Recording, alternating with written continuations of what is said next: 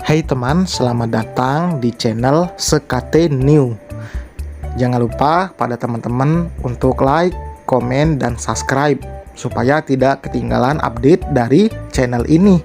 Mimin ucapkan terima kasih. Selamat menyaksikan. Terpaksa menikahi Pak Ustadz, season 3, bab 41. Tubuh Matiin bergetar dalam pelukan Hana. Air mata lelaki itu bahkan membasahi pundak sang istri, membuat wanita itu semakin erat mendekapnya. Tangannya turun naik, mengelus punggung Matiin. Saat ini, ia hanya membiarkan suaminya itu menangis, menumpahkan semua rasa sedih yang selama ini dipendamnya. Setiap manusia memiliki perasaan, termasuk laki-laki.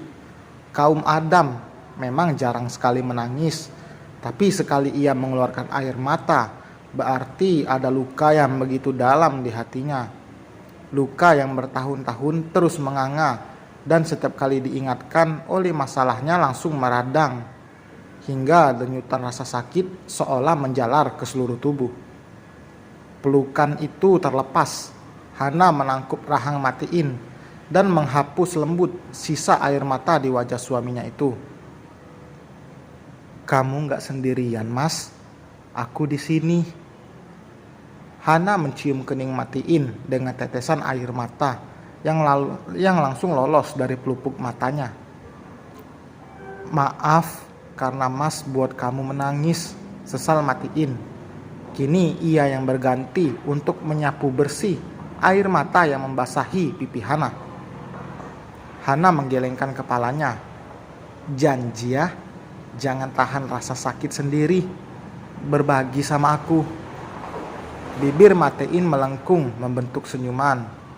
Meski tidak pernah bertemu dengan orang tuanya, namun kehadiran Hana mampu membawa bahagia yang besar. Meski tidak sempurna karena Matiin tetap rindu dan mengharapkan keberadaan orang tuanya. Ia merasa menjadi lelaki paling beruntung karena mendapatkan istri seperti Hana. Sosok yang menyejukkan mata, tidak pernah meninggikan suaranya saat bicara dengan Matiin. Wanita itu pun tidak pernah dengan ucapannya menyakiti sang suami. Meski jika dilihat dari segi pendidikan, tentu Hana lebih unggul karena ia adalah seorang calon sarjana. Tidak hanya soal itu, status sosial mereka juga berbeda jauh. Hana yang seorang anak dari orang tua terpandang, seorang ustadz yang disegani dan pemilik pesantren. Sedangkan Matiin hanya seorang kuli bangunan. Ia bahkan sekolah hanya sampai kelas 2 sekolah menengah atas karena keterbatasan biaya dan tidak mendapat bantuan dari pemerintah. Dengan perbedaan yang banyak, namun mereka bisa bersatu. Allah itu maha kuasa. Sesuatu yang terlihat tidak mungkin akan menjadi mungkin. Senantiasa ikhtiar dan berprasangka baik pada Allah, karena Allah tahu yang terbaik untuk hambanya. Abang, main yuk." Terdengar suara Akil dari luar. Matiin yang akan berdiri langsung menahan tangan suaminya itu. "Tunggu di sini, pokoknya Mas harus istirahat karena aku pengen jalan-jalan sekitar sini nanti. Simpan tenaganya, oke?" "Tapi Akil, biar dia main sama aku aja." Hana keluar dari kamar lalu kembali menutup pintu dengan rapat. "Abangnya lagi istirahat. Main sama kakak aja ya," ujar Hana. "Nggak mau. Mau sama abang," rengeknya. "Abang masih capek, Dek. Kakak aja yang nemenin. Kakak juga bisa kok main sama kayak abang." Akil memberikan rubik di tangannya. "Nih, bikin semua warnanya sama." Hana meringis. Ia benar-benar tidak bisa bermain rubik. Menyentuhnya saja tidak pernah. Di rumah kontrakannya, ia memang beberapa kali melihat Matiin memainkan benda berbentuk kubus itu. Tapi Hana sama sekali tidak tertarik untuk mencobanya. "Kakak nggak bisa." "Katanya bisa." Awas ah, dedek mau main sama abang aja. Matiin yang tidak tega langsung keluar. Ia juga merasa tidak terlalu lelah. Hana menatap kesal suaminya yang malah keluar, padahal Hana sedang membujuk Akil agar bermain bersamanya. Tuh abang ada, kakak bohong, seru Akil. Matiin menatap sang istri dengan tatapan seolah minta maaf karena tidak mendengarkannya. Akhirnya Matiin dan Akil beranjak menuju teras depan untuk bermain di sana. Lebih dari kesal, Hana merasa terharu dan bahagia karena memiliki suami yang bisa menyayangi Akil. Dulu pernah was-was karena takut mendapatkan suami yang tidak menyayangi Akil, tapi sekarang ketakutan itu terpatahkan. Kebanyakan orang menikah hanya mencintai dan menerima pasangannya, tidak dengan keluarganya. Berarti mereka belum tahu makna pernikahan itu sebenarnya apa. Pernikahan itu tidak hanya menyatukan dua orang insan, namun dua keluarga yang tadinya saling tidak mengenal menjadi satu keluarga. Banyak perselisihan antara mertua dan menantu atau sesama ipar karena hal ini. Kurang bisa menerima, bahkan ada yang tidak bisa menerima sikap atau kelakuan tidak baik dari mertua, ipar, atau keluarga lain dari pasangan. Insya Allah, kalau nanti punya anak, aku pengennya anak kita itu kayak kamu mas, gumam Hana sambil mengelus perutnya dengan naluriah.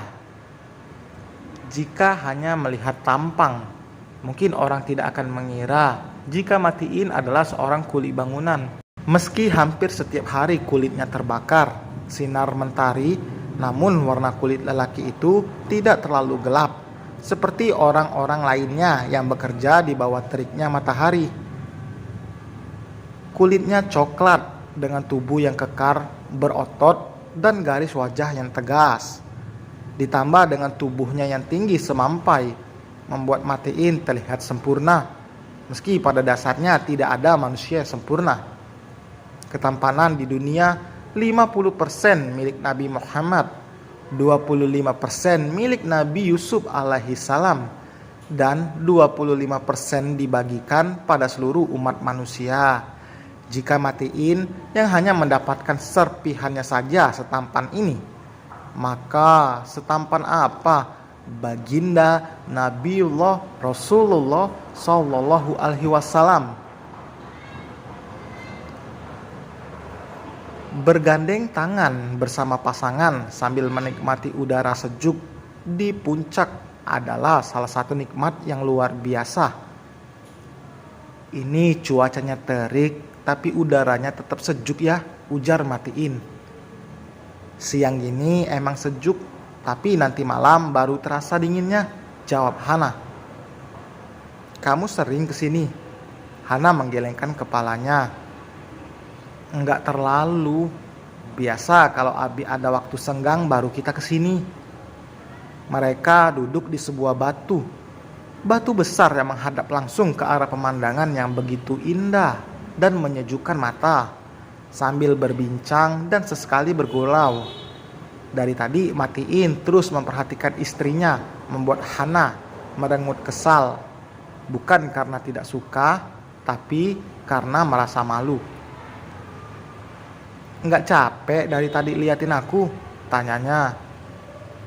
Kamu enggak bosan cantik terus? Matiin malah balik bertanya.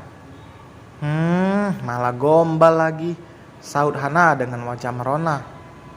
Matiin tidak menjawab, malah beranjak. Hana langsung menahannya. Mau kemana? Cari Umi. Ngapain? Mau bilang makasih karena sudah melahirkan bidadari secantik dan semanis kamu. Hana malah memukul gemas lengan Matiin dengan senyum yang ditahan dan wajah yang semakin merona. Matiin bukan raja gombal. Ia bahkan awalnya sangat kaku, tapi semua yang dilakukan saat ini tidak benar-benar diskenariokan, keluar begitu saja dari mulutnya. Jika niat ingin membuat istri tersenyum bahagia, pasti apapun itu akan menjadi mudah, termasuk mengeluarkan kata-kata manis dari bibir yang berhasil membuat senyum di wajah sang istri mereka indah. Mas, aku malu. Hana menutup wajahnya dengan telapak tangan untuk menyembunyikan rona merah di pipi. Dan selesai teman, terima kasih telah mendengarkan. Jangan lupa ya like, tuliskan komentar, juga subscribe bagi yang belum. Mimin ucapkan terima kasih ya. Sampai berjumpa di bab berikutnya. Bye.